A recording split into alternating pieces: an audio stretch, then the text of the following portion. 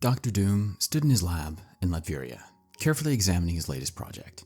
He muttered to himself about the need for a more refined and intricate structural lattice. Adjusting the chronospatial filaments at a molecular level would be a challenge for most, but for Doom, it was merely another step in his work.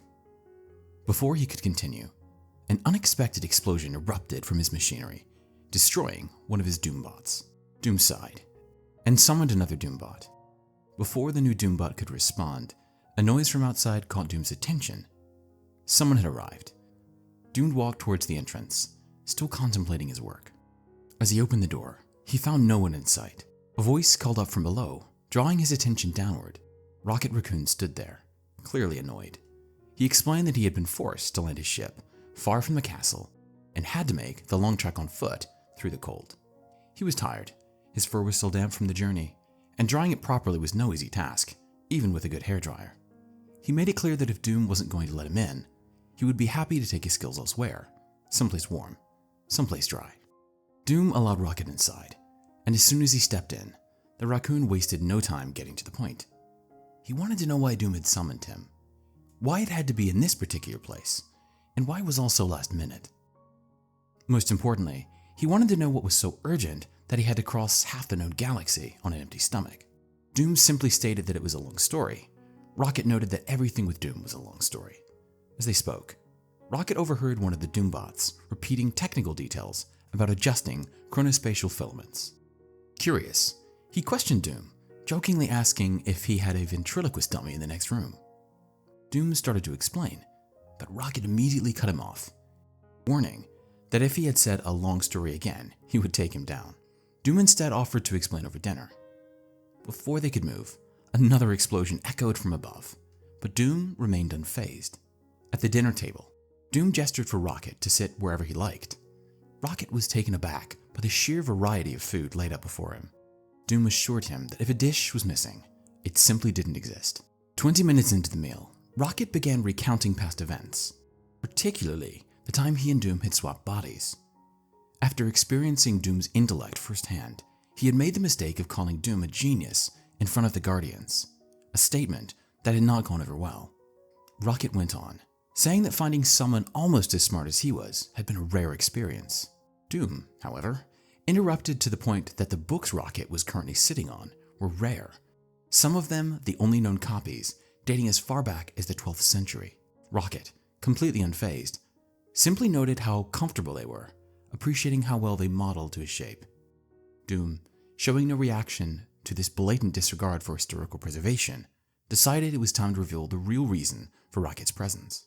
Before he could begin, Rocket let out a loud burp and casually apologized, prompting Doom to repeat once more that, as he had said, it was a long story.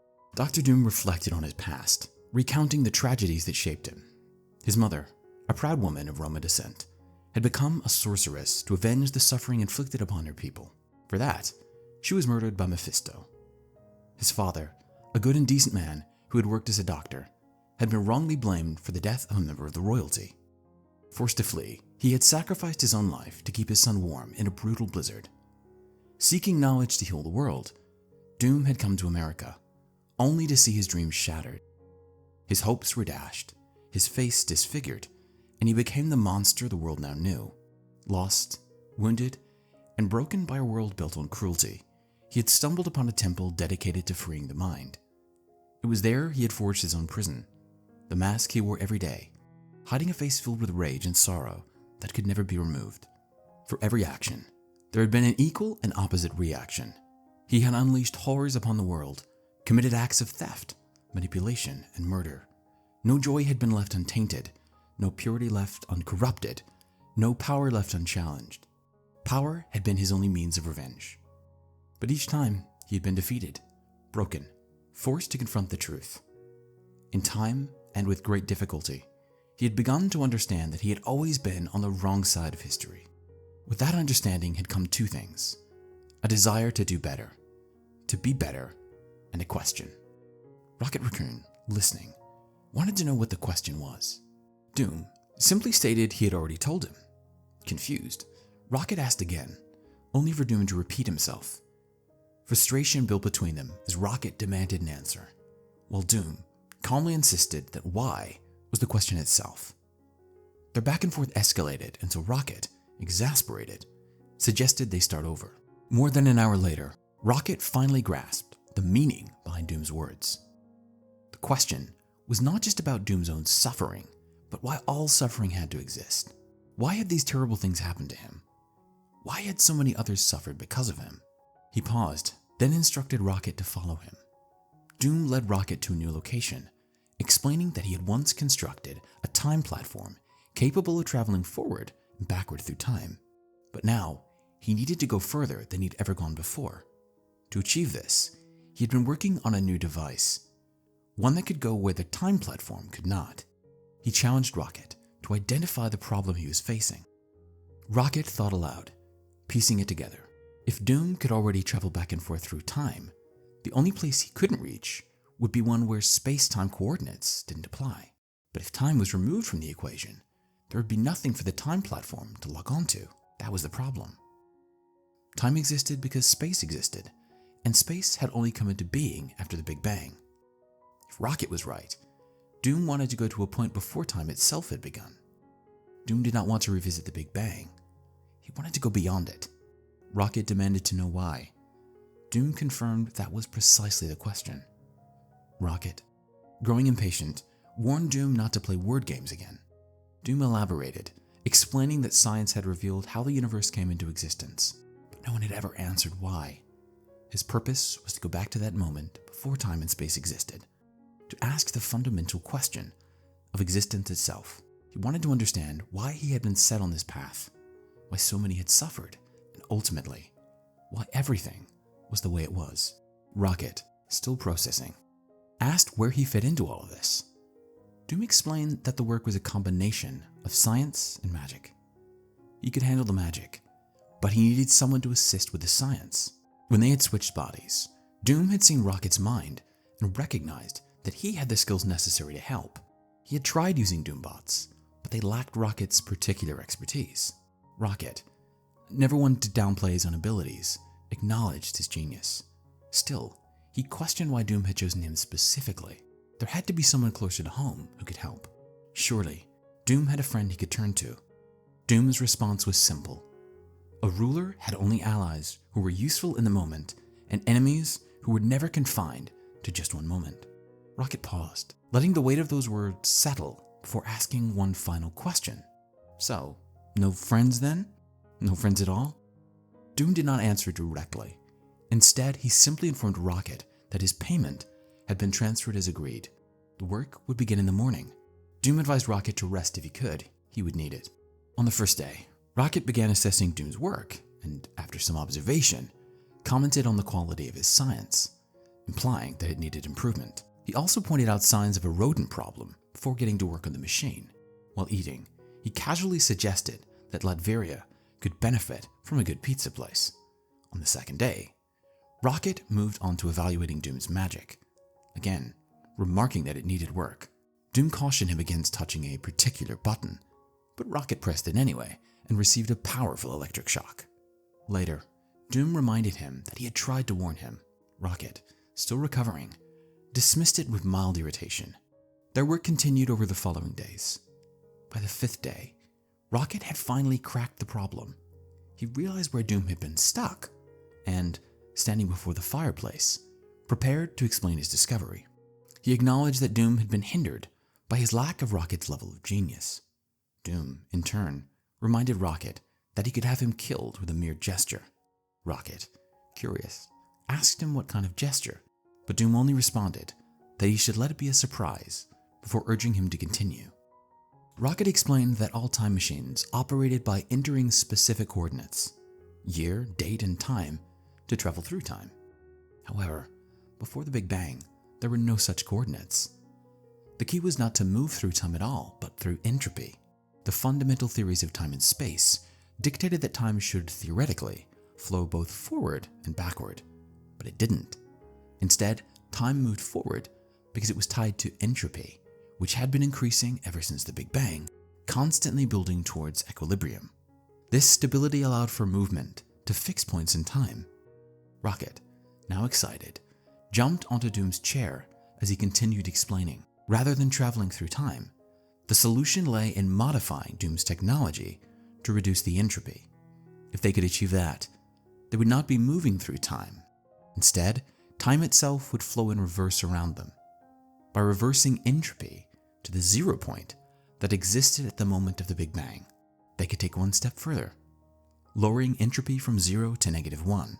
That would place them on the side of the Big Bang, at the threshold of whatever event had caused everything to begin. Doom considered this for a moment before posing another question. How would they locate the exact point where everything changed? Rocket explained that they wouldn't need to. In a state of timeless space and spaceless time, there would be no fixed point to find. Without space or time, there could be no singular moment or location. Once past the edge of entropy, they would exist everywhere and nowhere simultaneously, exactly where they would be needed to witness the origin of the universe. Doom, satisfied with the revelation, reached out and began patting Rocket on the head. Rocket immediately warned him never to do that again. Doom responded by mentioning that Thor had told him Rocket liked it. Rocket, unamused, informed him that Thor had lied. Doom, acknowledging the complaint, simply referred to Rocket as Rabbit before moving on. They continued working on the project over the next several days. By the 8th day, they took a break to play board games. As they played, Rocket grew increasingly frustrated with how Doom always ended up owning everything on the board. Doom simply replied that he understood capitalism. Rocket, curious, asked if Doom would teach him about crypto. Doom dismissed the idea, saying that neither Rocket nor anyone else was ready for that. On the 10th day, they took in the view from the castle walls. Their work continued on the 11th and 12th days. At one point, Doom issued a stern warning to stay away from a particular box. Rocket, curious as always, asked why. Doom cryptically explained that it contained terrible power. He then questioned why Doom had brought it out at all, but Doom simply told him to wait and see, emphasizing that it was best not to get too close if Rocket valued anything. On the 13th day, Rocket declared they were nearly ready. As he walked out of the room, he mentioned that the only thing they still needed was a power source.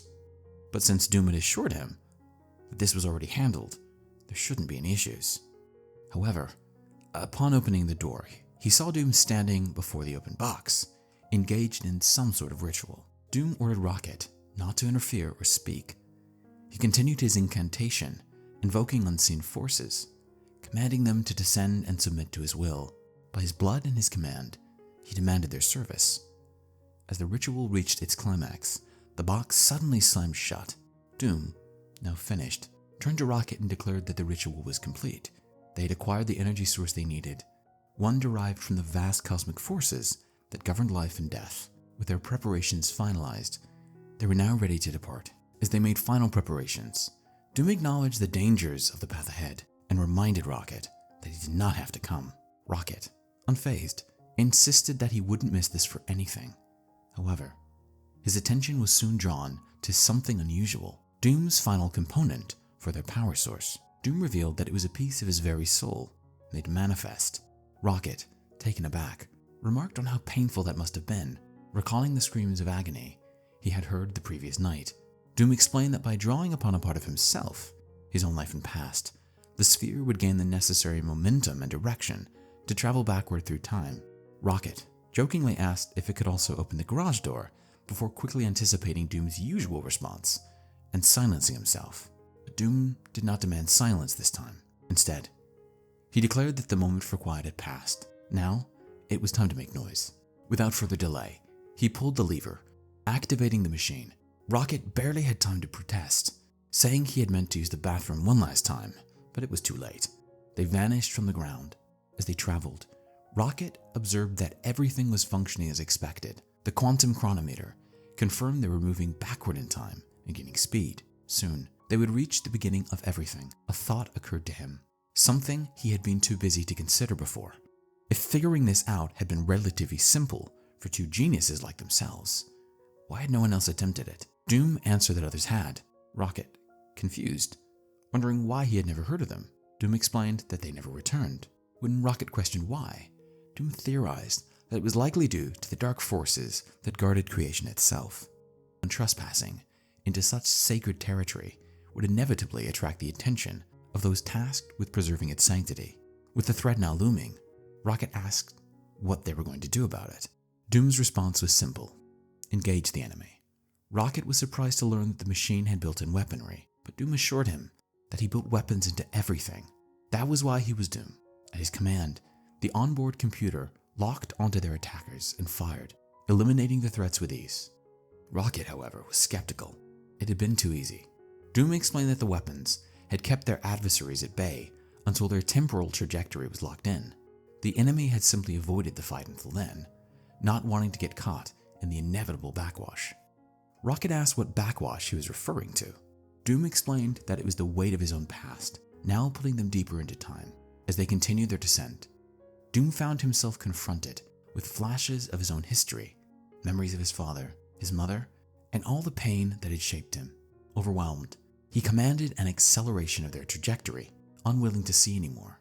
Rocket, however, pointed out there was nothing left to see. They had reached the moment of the Big Bang. The sight left Rocket in awe, and for once, he hesitated. He wanted to take a moment to process what they were witnessing, but Doom had no patience for sentiment. Without hesitation, he initiated the next phase of their journey. He forced entropy beyond zero into the negative, and the entire universe blurred into a state of incomprehensible nothingness. At last, they arrived at their destination: absolute nothingness. There was no time, no space, not even the absence of things. There was only the void before existence itself. Rocket pointed out that stepping beyond the barrier of the sphere would mean ceasing to exist entirely. With that option off the table, he asked what they were supposed to do next. Doom's answer was simple: they would wait. Wait for revelation, wait for an answer, and as he suspected, wait for something else. Something appeared before them, an entity. Doom demanded to know its identity. He asked if it was alone. Being's response was paradoxical. It had always existed, yet had never been. It had never known solitude, for there had never been another, until now, until it was not alone. Doom stated their purpose plainly. They had come seeking knowledge. The being echoed the word, but seemed unfamiliar with the concept. Doom refined his request, asking for answers, for understanding. The being repeated those words as well, but admitted that it did not know their meaning. Frustrated, Doom dismissed the entity as lacking even the comprehension of a child. Rocket, however, reminded him that such concepts did not exist before the universe. There was no context for them to be understood. Doom, refusing to be deterred, demanded to know how he was supposed to learn the purpose of the universe if the only being that predated it could not provide an answer. How was he supposed to understand why? The entity, seemingly intrigued by the question, recognized something new: the concept of curiosity, a word and idea it had never known before, and along with it, other sensations: hunger, desire. Doom realized what was happening, tried to stop it. The entity was reaching for the power source. He warned it not to touch it, explaining that it contained a piece of his soul. The entity took the power source from them.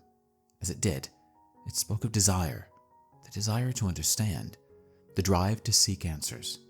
It asked the question that Doom had sought all his life: what was the purpose of what would soon be called the universe? The entity then provided the answer. The universe existed to find its own purpose. It was a cycle of curiosity, of evolving through pain and uncertainty, until one day that purpose would finally be defined. Until the question was answered, the cycle would continue, and on that distant day, the universe would begin again. With that, everything went black. When the light returned, they were back. Rocket immediately excused himself for a long overdue visit to the bathroom. An hour and 3 flushes later, Rocket stood outside, ready to leave. Doom informed him that a Doombot was prepared to escort him back to his ship. Rocket hesitated, questioning if that was truly it. Doom acknowledged Rocket's assistance, but Rocket wasn't seeking gratitude. He wanted to know if Doom understood the magnitude of what they had just uncovered. They'd answered the greatest question in existence. The universe had been created with purpose, the very same purpose that had driven Doom his entire life. Every trial he'd faced, every moment of suffering, every relentless pursuit of understanding had shaped him into the one being who would ask the right question at exactly the right time. It was in his image that the universe had been formed. Rocket asked if Doom had anything to say about it. Doom simply responded with a yes. As Rocket walked away, rain began to fall from above. Doom watched in silence, lost in thought. The answer he had received was not the one he had sought, but it was the one he should have expected. The universe had indeed been created in his image, and like all things, he too had his mask to wear. Don't forget to like this video and subscribe to this channel.